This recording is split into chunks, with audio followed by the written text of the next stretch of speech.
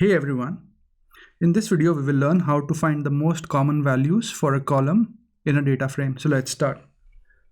I've got this Jupyter notebook open here with me, and I have also uploaded this file to GitHub. I'll leave a link to the file in the video notes so you can download the file.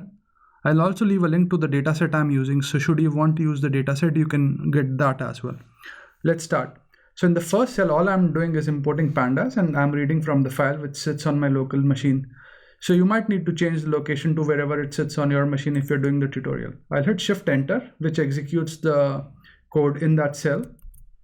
And you can see it's moved on to the next one. So now I want to see, by pressing df.info, it will show me some information about the data frame. So if I hit that, you can see it's telling me the total number of columns, the total number of rows, and the number of nulls and non-null counts for each of the column. So let's say I want to find out which is the most common value for, let's say, sex. So all I need to do is say df.sex, that is the column name, and then value count. So if I hit Shift Enter, it is telling me there are 577 males and 314 females.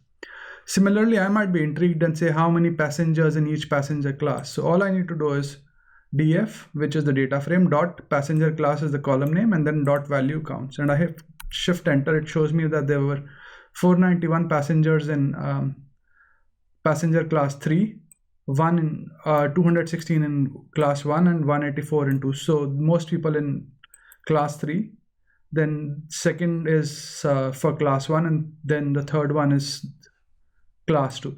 So in this video, we've basically learned if you wanted to find out which is the most common value for a column in a data frame, how to find that.